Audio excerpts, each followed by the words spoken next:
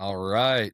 Mick Shelby back here for our fourth episode of Curiosity for Christ. And this week I bring on Justin Ellenboss, who shares an amazing testimony. Man, we cover all sorts of stuff from, growing up with anger in his heart to, encounters with people who actually are in the occult and practice voodoo and all sorts of stuff, man. What an interesting, awesome conversation, just to show that through God, anything is possible. All glory goes to him. So check out some of the highlights of this amazing conversation. For 29 years of my life, I lived as a slave to my sin, unbeknownst to me. I started playing football in like 8th grade after that, but I hated everyone.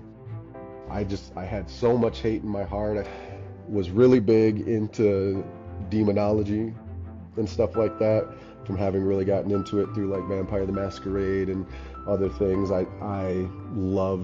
I never would have called myself a Satanist, but I loved the satanic thing. I didn't really believe in demons in that sense. It was all aliens. I've had multiple friends try to initiate, or sponsor me into different occult organizations.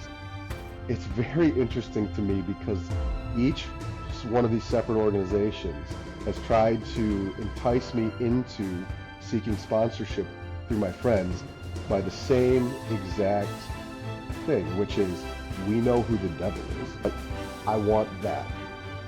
I want other people to refer to me as a god. I want to feel like a god. And my hoodie is just covered in this guy's blood because he's bald and I'm pinning his head down and he's shaking his head and it's scraping and there's blood getting everywhere because it's just gravel all up in his skull. And I had the greatest sense of euphoria I'd ever had in my life. It was just this deep breath of, I like to fight. It was everything my flesh wanted, was to hear this. Me, full force, hitting somebody, kneeing somebody as hard as I can and hearing it hurt. And my flesh was loving it.